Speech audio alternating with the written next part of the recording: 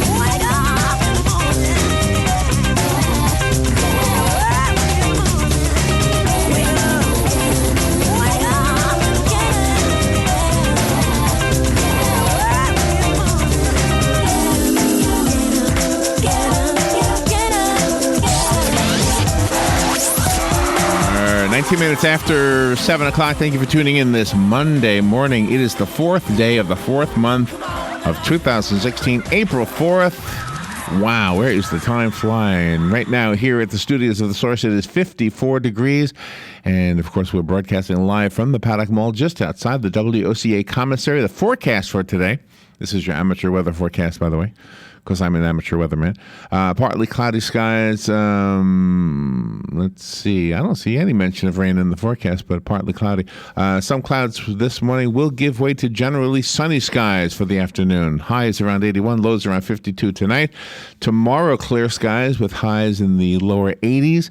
Wednesday, clear skies with highs in the lower 80s. Thursday is the first time we see a mention of rain, an 80% chance of rain on Thursday.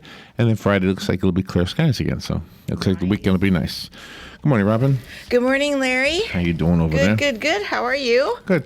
Got a good show planned for today, and have to talk about a friend who passed, and not just a friend of ours, but a friend of everybody. Hundreds of people in this town, Yeah. Brad Nimmo, if you didn't already hear. We'll talk about him at length a little bit later on, but Brad Nimmo passed away. When did we find out? Yesterday? Yesterday. It was at 2:34, I think his wife wrote that he passed away yesterday afternoon. And, of course, we knew Brad from the work he did with Habitat for Humanity, but he touched people in so many other ways. I was reading some of the posts on Facebook, and it's clear when somebody has touched a lot of people's lives, especially in today's day and age when you have something like Facebook where people can leave little messages and things. Oh, yeah, exactly. For the public to see. All right, 7:35, we do have news, and we will offer commentary on those news items. And another Amtrak collision, an Amtrak incident. Gosh, Philadelphia. so sad. Yeah, we'll talk about that one as well. And so sad. A little bit of political. There's a lot of political news, but it's like you go through the garden and you say, okay, I've had enough of that vegetable. Let me leave it alone for a while. That's right, exactly. So like you pick the things you want to eat, so we pick the subjects we want to talk about. But that doesn't mean you can't. If you want to call in and say, oh, I want to tell you about my favorite candidate. You can do that. Yeah. 8:35, that's when we do not do that. That's when we simply read the news and offer it in short form. It's a good way for you to catch up on the news. Medical reporter Bern Paresa will cheer us up and brighten our day and charm us with her wonderful self. She is our medical correspondent, and she's the president and CEO of Good for All Marketing, and she'll be here at 9:05. Yep. 9:20, Francis Donald and Matthew Greenwald will be on the air with us. They're calling in. They're talking about the John Hancock Investor Sentiment Survey. Yep. We'll find out what that is. Yeah. Marguerite Elisafan is probably not how you say her name. She's coming on, though. She's the mother of Samantha Elisafan, her daughter, who was diagnosed with autism spectrum disorder at the age of 18 months. Yep. And she's talking about that. She's got a book called My Picture Perfect Family, What Happens When One Twin Has Autism. Yep. And the other one does not. How about that? Yep. Her brother did not have autism. They were born in 1990. So. Isn't that something? Yeah. There's a story this morning also about, was it Legoland? Is that what they call it? Legoland. Yeah. They're trying to make their theme park autism friendly. Yeah. Or at least parts of it, segments of it. So we'll mention that to Marguerite when we have her on. Gerald Moore at 10:05. Gerald is an award-winning journalist at Life magazine. Or he was at Life magazine. He's also written for the Saturday Evening Post, the Reader's Digest.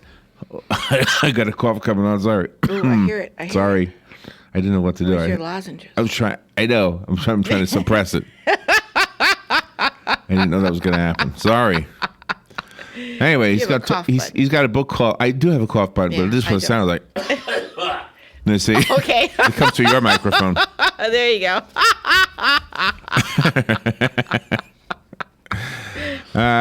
So his book is called Life Story, The Education of an American Journalist. It is his memoir. Yep. 10:35. Scott Page is the president and CEO of Lifeline Program. He's been on 2020, NBC Nightly News, the New York Times, the Wall Street Journal, all that stuff. Yeah, I know the credentials. His book is called It's Never Too Late, Getting Older, Wiser, and Worry-Free in Our Golden Years. Yep. I need some of You that. don't have to have, and Worry-free. I'm not taking anything away, nor am I making fun. Please don't get me wrong here, but you don't have to have any of those credentials to write that kind of a book. Yeah. I mean, if you've lived long enough and you know how to write, Yeah. it's never too late. Getting older, wiser. Exactly. And do you write it? I get older every day. I was never on 2020. I can write that book. That's all I'm trying to say. There you go. Dr. Peter Grinspoon is coming on at 11:05. He's a primary care physician at an inner city clinic in Boston, Massachusetts. And he's written a book called Free Refills. A Doctor Confronts His Addiction. It's another memoir. Got a lot of memoirs today. It's Memoir Monday.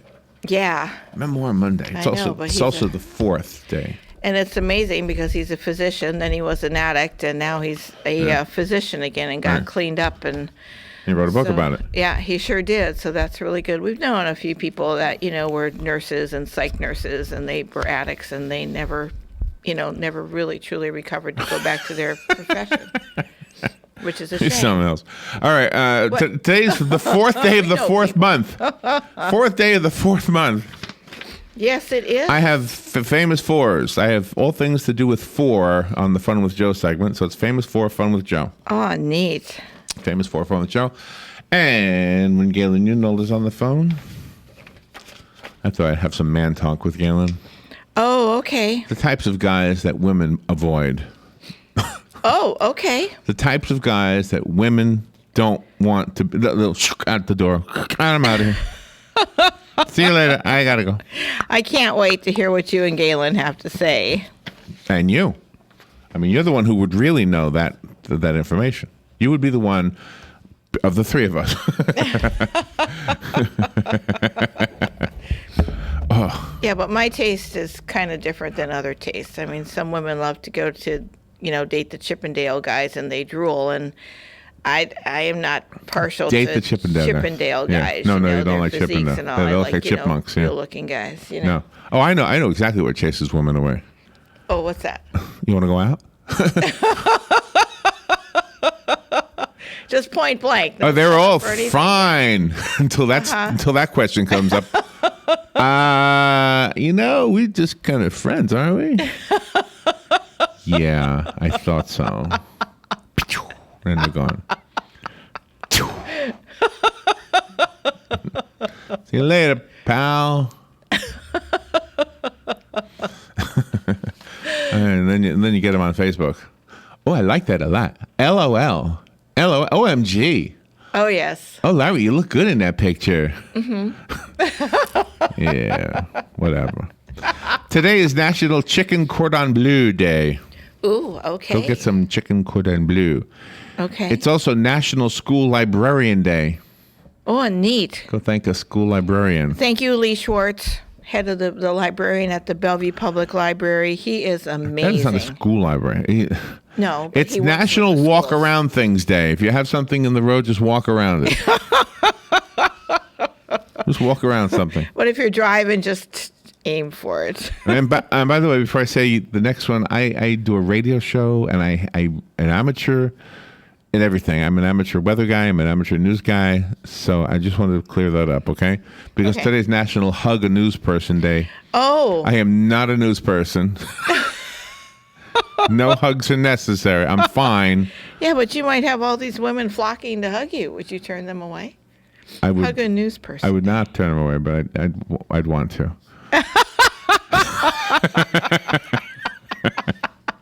We just talked about the things that I know. the types of guys that I women know. avoid, How old am I? so- 61.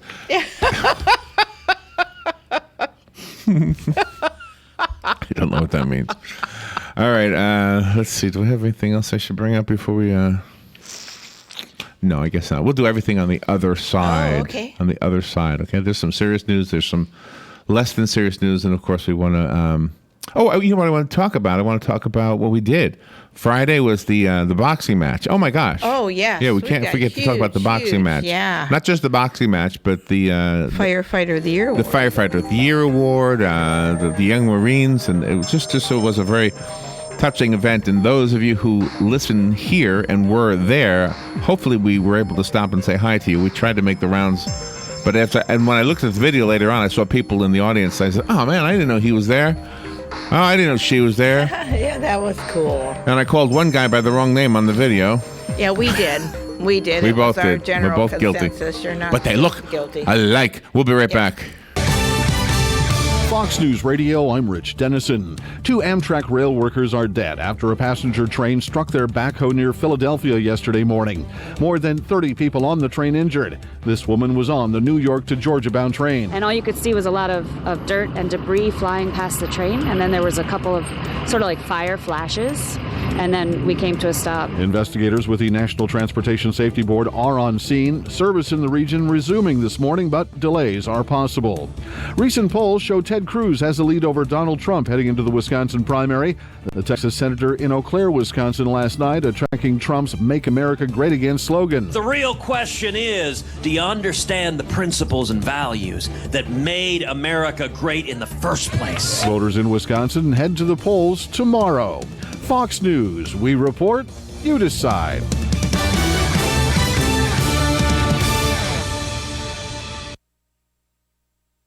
Today, my new dad threw a barbecue. Today, my new son and I threw a barbecue. There were burgers and chicken. I burnt everything. The burgers, the chicken, the salad. They were delicious. They were awful. And then we had watermelon. I'm allergic to watermelon. And then we played catch. I broke Mr. Lewis's window, Mrs. Wakeham's window, Mrs. Wakeham's windshield, and then somehow my hand. My hand! And then my dad even let me drive his car. The hospital's on the right! It was a rough day. It was a great day. You don't have to be perfect to be a perfect parent. Thousands of kids in foster care will take you just as you are. For more information on how you can adopt, visit adoptuskids.org.